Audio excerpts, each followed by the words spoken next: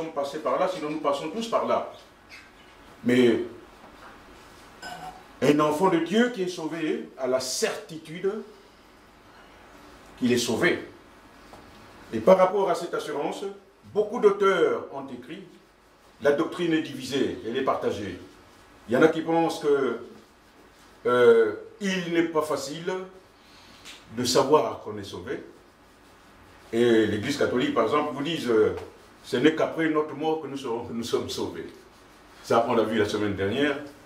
Et d'autres auteurs aussi qui vous disent non. Dès à présent même où l'enfant de Dieu est sauvé, plutôt l'homme pécheur est sauvé, il sait qu'il est. Il a l'assurance de son salut. Et par-dessus tout cela, nous faisons confiance à la parole de Dieu, à savoir la Bible, qui nous dit qu'il y a deux preuves suffisantes pour savoir si nous sommes sauvés, à savoir le fait que l'Esprit Saint qui vient en nous nous communique la vie nouvelle en Jésus-Christ. Et on a vu toute une série des indices qui nous permettent de savoir que notre vie est en Jésus-Christ et en train de changer. Ça ne change pas automatiquement, c'est tout un processus. C'est à chaque instant, sur ce chemin de la sanctification, que les écueils que nous avons en nous, les écueils de l'ancienne nature, s'échappent un à un plutôt. Et en dehors de ça, nous avons la véracité de la Bible, de la parole de Dieu, comme preuve. Donc, lorsque l'Esprit Saint est en nous, nous avons une perception des Écritures qui a complètement changé. Bien avant notre vie nouvelle en Christ, la Bible était un livre, je l'ai dit dernièrement, la Bible était un livre comme tout autre livre dans lequel plusieurs histoires sont rapportées. Mais l'homme naturel, effectivement, a la conception humaine des choses de Dieu. L'homme naturel, l'homme irrégénéré, l'homme qui n'est pas sauvé, a la conception humaine des choses de Dieu, qui pour lui sont une folie. Par l'Esprit, nous avons une nouvelle... excusez-moi. Par l'Esprit qui vient habiter en nous, nous avons une nouvelle compréhension du péché et de sa gravité. Et surtout du prix payé à la croix pour nous par le Fils de Dieu. Le sang de son Fils unique et bien-aimé était la chose la plus précieuse aux yeux de Dieu. Cependant, il fut donné en rançon pour l'homme pécheur. Lui qui était sans péché, Dieu l'a fait devenir péché pour nous. Et cette conscience du péché et de sa gravité, tant que nous ne sommes pas nés de nouveau, on ne met pas la conscience du péché. On pense que tout ce que nous faisons est bon. Mais une fois que l'homme, l'Esprit Saint de Dieu vient habiter en nous, il nous révèle toutes ces choses. Et lorsqu'on regarde dans le rétroviseur, on se dit, c'est pas possible. Est-ce que c'est moi qui faisais tout ça? Oui, c'est toi qui faisais ça. Connaissant à présent ces choses, nous sommes pris de compassion pour les âmes perdues, auxquelles nous prions sans cesse pour le salut de leurs âmes. Nous manifestons un nouvel amour pour les âmes perdues, par l'amour de Christ déversé abondamment dans les cœurs des croyants. La Bible déclare dans l'Épître aux Romains, en son chapitre 5, et au verset 5, je cite, « Or, cette espérance ne trompe pas, parce que l'amour de Dieu est déversé dans notre cœur par le Saint-Esprit qui nous a été donné. » Par l'Esprit, les enfants de Dieu sont unis en un seul corps, dans lequel ils deviennent membres de la famille de Dieu. Ils sont tous frères et Dieu pour père. Ils ont l'amour des uns pour les autres. La Bible déclare dans la première épître de Jean en son chapitre 3 et au verset 14 à 16, je cite, « Quant à nous, nous savons que nous sommes passés de la mort à la vie parce que nous aimons les frères et les sœurs. Celui qui n'aime pas son frère reste dans la mort. Tout homme qui déteste son frère est un meurtrier. Et vous savez qu'aucun meurtrier n'a la vie éternelle en lui. Voici comment nous avons connu l'amour. Christ a donné sa vie pour nous. Nous aussi, nous devons donner notre vie pour les frères et sœurs. » C'était où ça? C'est la première épître de Jean en son chapitre 3 et au verset 14 à 16. C'est bon? En effet, cet amour des chrétiens des uns pour les autres est l'expérience par excellence de tous ceux qui sont enfants de Dieu. On ne peut pas se dire enfant de Dieu et puis ne pas nous aimer les uns les autres. Ce n'est pas possible. L'amour est l'élément manifeste de ce que nous sommes enfants de Dieu parce que nous nous aimons les uns les autres. Et cela, il n'y a qu'une seule chose pour nous le révéler, l'Esprit Saint de Dieu en nous, qui nous conduit chaque jour selon la vérité, selon l'Esprit.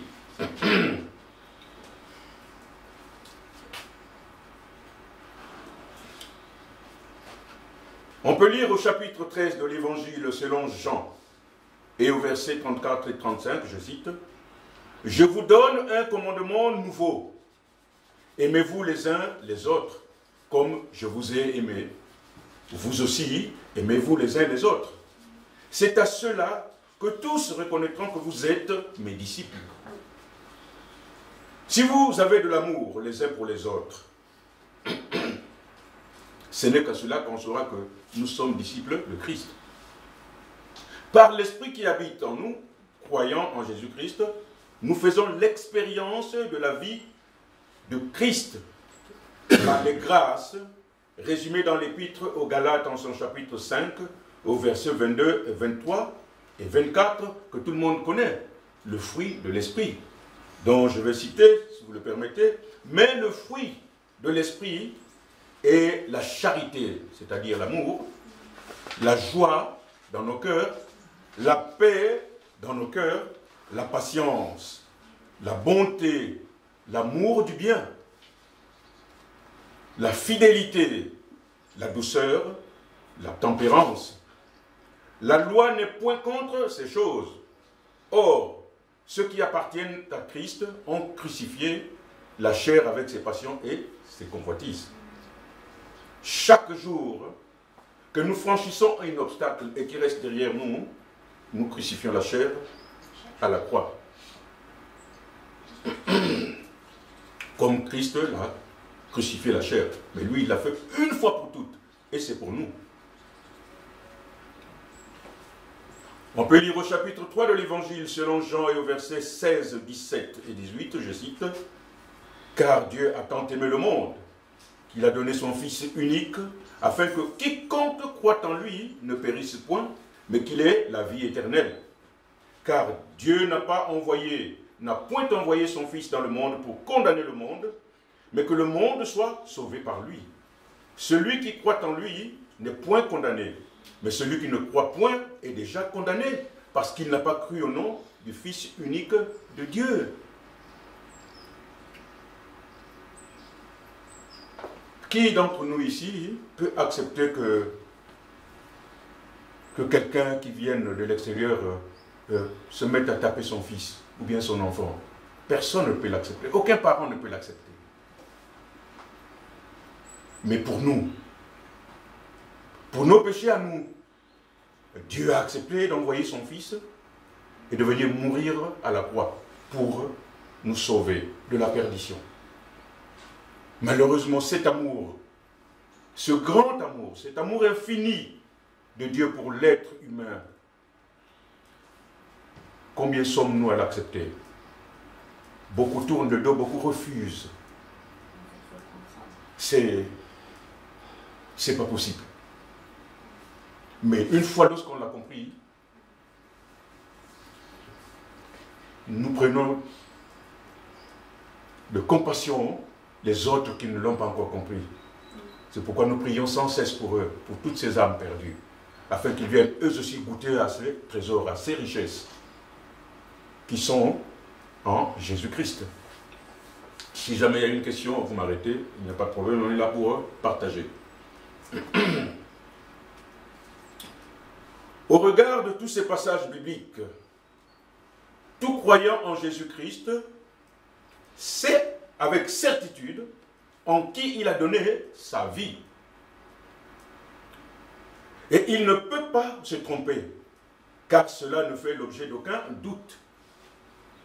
Car l'Esprit rend témoignage à l'Esprit qu'il est enfant de Dieu, et le sentiment de condamnation à cause du péché disparaît de son cœur.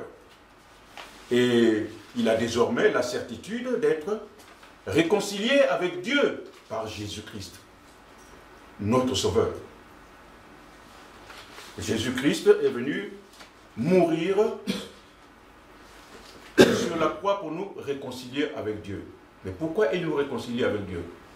Simplement parce qu'au moment où nous n'étions pas encore sauvés, nous étions dans le péché, nous étions séparés de Dieu. Et à la croix, il nous a réconciliés avec Dieu. Ainsi, nous avons l'assurance du salut par la foi en Jésus-Christ. La Bible déclare dans l'Épître aux Éphésiens, au chapitre 4 et au verset 4, 5 et 6, je cite, « Il y a un seul corps et un seul esprit, un seul baptême, un seul Dieu et Père de tous, qui est au-dessus de tous, et par tous, et en vous tous. Il est en nous. » Et si l'homme de la rue, ma sœur Sarah, te pose la question de savoir comment, parce que j'ai entendu quelqu'un dire que Dieu est en nous, qui sommes sauvés. Comment il est en nous? Comment? Je ne comprends pas la question. À part dire qu'il est bon, qu'il nous guide, qu'il nous enseigne, qu'il nous apprend la sagesse et tout autre bienfait et richesse que ce monde ne comprendra pas, je ne Par le Saint-Esprit. Mais tu es... oui, ma sœur, Sean. Il est en nous par le Saint-Esprit. Amen. L'Esprit Saint de Dieu en nous, c'est Jésus-Christ en nous. Et Jésus-Christ en nous, c'est Dieu en nous. N'est-ce pas?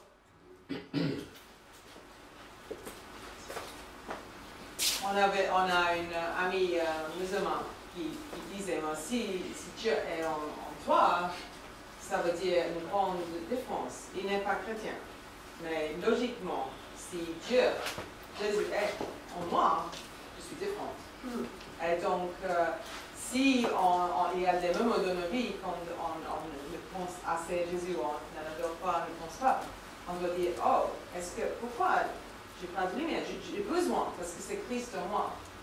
Mais je pense chaque matin, on doit allumer la lumière. Comme quand on se réveille, on met la lumière. Et dans nos vies, Jésus est en nous, son esprit en nous, mais je dois dire oui. Aujourd'hui, je vais te suivre. Parce que l'opportunité, c'est merveilleux. Le pouvoir, l'amour, la grâce. Mais je dois toujours, comme le matin, je prends mon café, mais c'est beaucoup plus grand, tu vois. On doit accepter et suivre. Mais je pense que... Oui. Antoine, Non, vas-y. C'est compliqué d'expliquer des choses comme ça à l'homme de la rue tant N'est-ce qu'on pas? ne comprend pas le sacrifice Amen. de Jésus. Amen. Tu sais, en fait, c'est tout. Tu peux très bien... Il y a plein de choses, il y a plein de vérités qui sont là, mais si on ne les comprend pas, on ne va pas les suivre. Mais pourquoi ils ne le comprennent pas? Parce qu'ils ne prennent pas le temps de le faire. Parce Ils qu'on n'ont n'a pas pas de de Saint-Esprit. Amen. L'homme de la rue ne peut pas le comprendre parce qu'il est irrégénéré. Il est l'homme naturel simplement. N'est-ce pas? Il faut qu'il soit régénéré par l'Esprit Saint. Mais pour qu'il soit régénéré, il faut qu'il accepte déjà le salut de Christ, le sacrifice de Christ. Mais le Saint-Esprit peut mettre des situations dans la vie de cet homme de la rue ou la femme de la rue qui puisse voir petit à petit. Ça ne veut pas dire qu'il devient chrétien tout de suite, mais Dieu est actif pour quelqu'un devienne chrétien. Avant le fait qu'il devienne chrétien. Donc on doit prier pour les amis non chrétiens qu'ils ont les opportunités, que leur cœur soit ouvert pour recevoir. Nous n'avons que l'obligation de proclamer la parole, de confesser la parole auprès des âmes perdues, qui convainc du péché. Le Saint-Esprit. Amen. Il n'y a que Dieu, le Saint-Esprit, qui peut changer les cœurs. N'est-ce pas? Et je vois certains chrétiens qui sont fiers de dire, j'ai amené Lionel au salut. J'ai amené c'est moi qui ai amené Nestor au salut. Non. Ça c'est faux. Personne n'est capable d'amener quelqu'un d'autre au salut. Nous ne faisons que proclamer la vérité, puisque nous l'avons en nous. Et nous ne pouvons pas la garder par devers nous, puisque nous avons l'obligation, nous avons le ministère de ce qu'on appelle le ministère de la proclamation. N'est-ce pas? Nous avons l'obligation de proclamer la parole auprès de ces âmes perdues. Quand on a fait notre travail, derrière, l'Esprit Saint passe pour dire, écoute ce qu'il t'a dit. Et tu es saisi de la vérité. À ce moment-là, tu te dis, ouf, je vais donner ma vie à Christ pour changer. Laisser le monde derrière moi.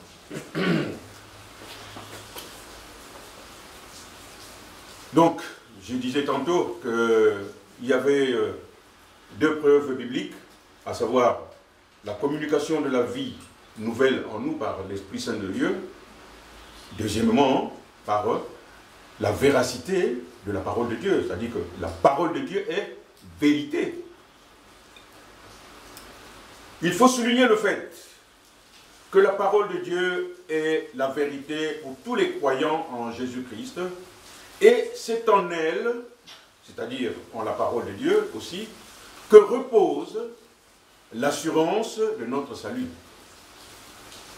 Pour savoir que nous sommes sauvés, et pour avoir cette assurance, cette ferme confiance, c'est parce que la Bible nous le dit, la parole de Dieu nous le dit, et la parole de Dieu est la vérité.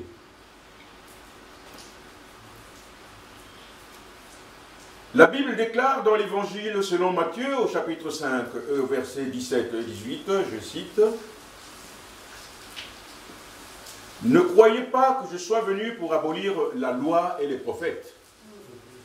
Je suis venu non pour abolir, mais pour accomplir. En effet, je vous le dis en vérité, tant que le ciel et la terre n'auront pas disparu, pas une seule lettre, ni un seul trait de lettre ne disparaîtra de la loi, avant que tout ne soit arrivé. » Et au chapitre 24, et au verset 34 et 37, la Bible déclare, je cite, « Je vous le dis en vérité, cette génération ne passera pas avant que tout cela n'arrive. Le ciel et la terre disparaîtront, mais mes paroles ne disparaîtront pas. » Ça veut dire quoi? Ça veut dire que tout ce qu'il y a là-dedans est la vérité. Ce sont des vérités éternelles.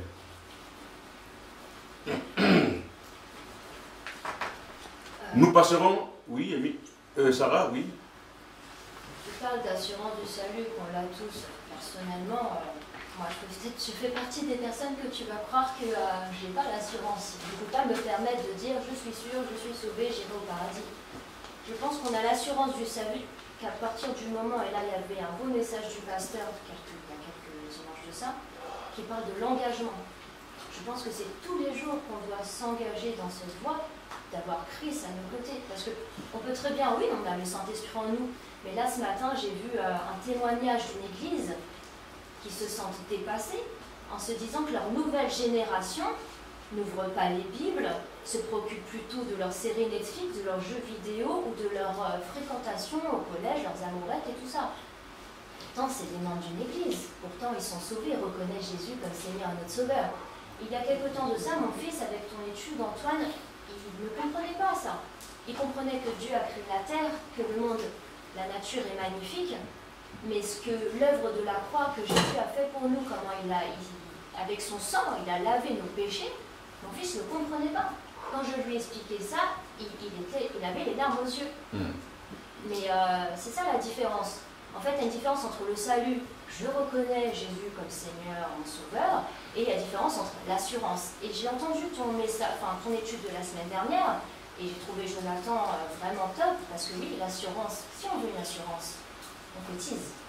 Si je cotise plus d'assurance et je la paye plus, je ne suis pas couverte demain à l'hôpital. Oui, mais on a parlé de la différence entre l'assurance comptée et l'assurance que Dieu nous donne. Oui, mais je suis désolée. Il y en a qui se disent chrétiens, Oui. mais qui font pas... Mais qui n'ont pas l'assurance. Non, mais c'est pas qu'ils n'ont pas l'assurance. Ils se disent, j'ai le salut, Jésus m'a sauvé, et ils sortent de l'église et ils font ce qu'ils veulent. Oui, mais est-ce que...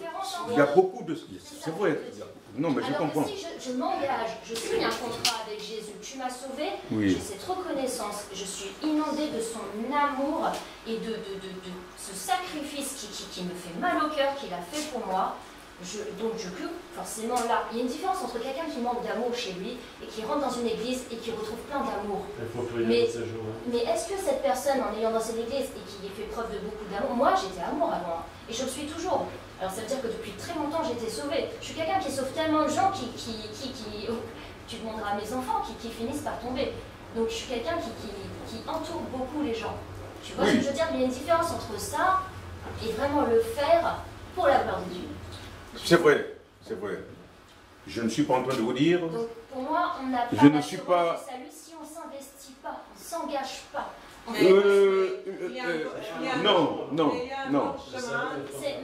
autre chemin avec Jésus. Bien sûr. C'est compliqué. Donc, on peut... L'engagement, c'est entre autres indices. On ne peut pas baptiser un enfant, un bébé. Il n'a pas Il n'a pas la conscience du péché. Merci. N'est-ce pas? Personnellement, je suis contre cela. Voilà. Parce qu'il n'a pas la conscience de son péché.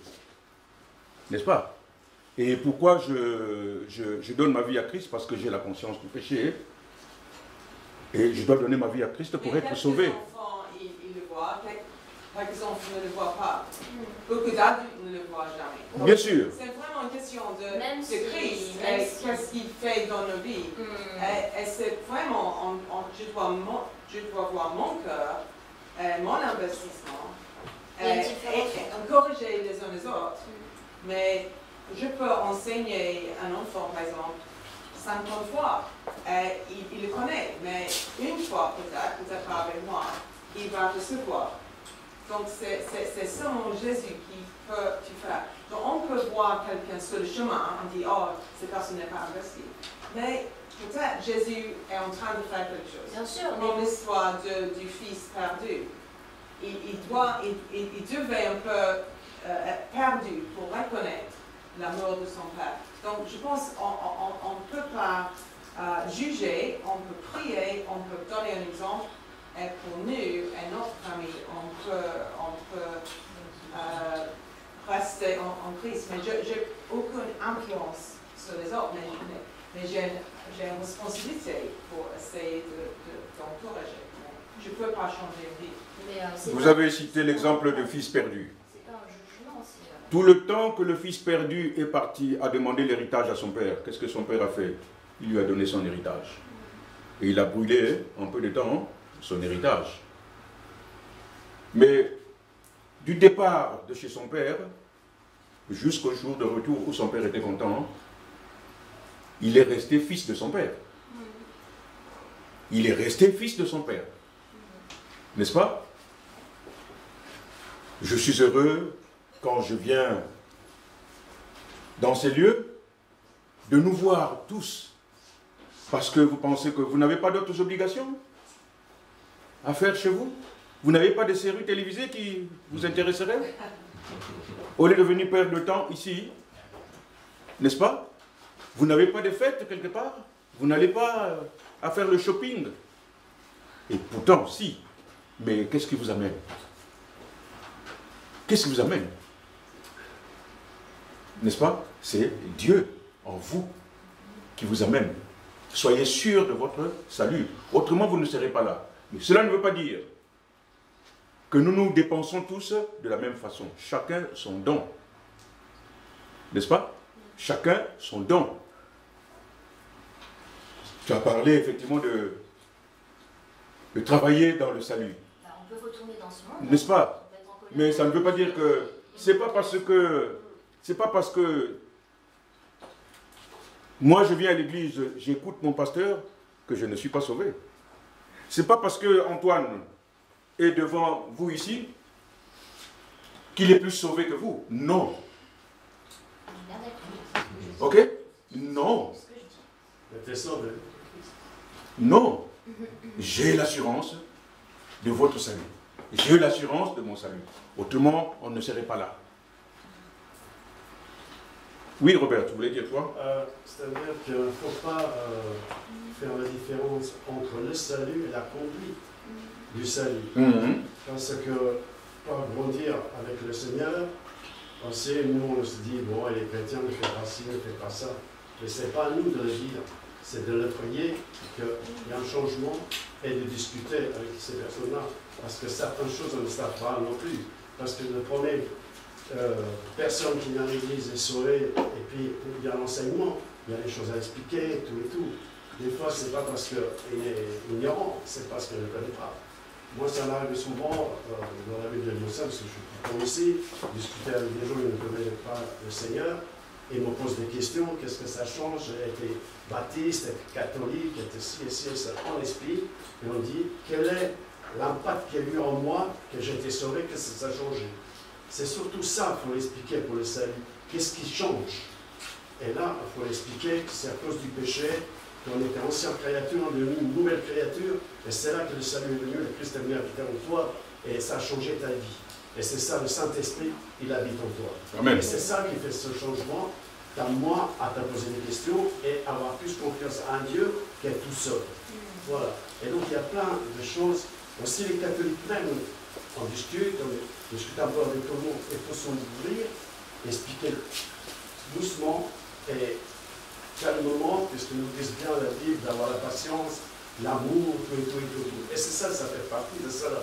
C'est d'apporter la parole de Dieu à ces gens-là, qui ne nous reconnaissent pas, qui ne savent pas, l'ignorent, qui ne savent pas, et puis tout doucement, ils viennent te poser des questions. Moi, je m'étais déjà arrivé à la place ici, à la fête. J'ai expliqué à l'ancienne voisine, ma grand-mère était baptiste et tout. Elle me dit, c'est quoi? Alors j'ai expliqué et tout. Et pourtant, on invitait souvent à côté l'un de l'autre. Il a fallu qu'il y ait la fête, que je m'assoie à côté, et qu'on parle de Seigneur, et que je lui dise, si tu veux, je te donne une Bible, et tout ça. Mais les occasions arrivent, il faut être vraiment attentif et expliquer qu'est-ce qui a changé en toi d'abord. Parce que si tu dis, oui, mais ça et ça, non. D'abord, explique ton témoignage. Je dis, qu'est-ce que c'est le salut? Qu'est-ce qui a changé dans la vie? Et moi, j'ai dit, tout le monde peut faire. voilà. Moi, j'ai expliqué que j'ai rencontré un missionnaire, William. Moi, je ne connaissais rien. J'ai allé me promener, et puis j'ai rencontré, il m'a parlé, il m'a expliqué. Moi, j'étais convaincu de ce qu'il me disait. J'étais là-bas, il m'a mis au salut. Voilà. Il est malheureusement temps. Il est 45, malheureusement pour nous. Mais je voulais vous assurer d'une chose, à savoir que sur ce chemin de la sanctification, tous les enfants de Dieu ne croissent pas de la même façon. Nous ne croissons pas, nous n'évoluons pas spirituellement de la même façon. Hein?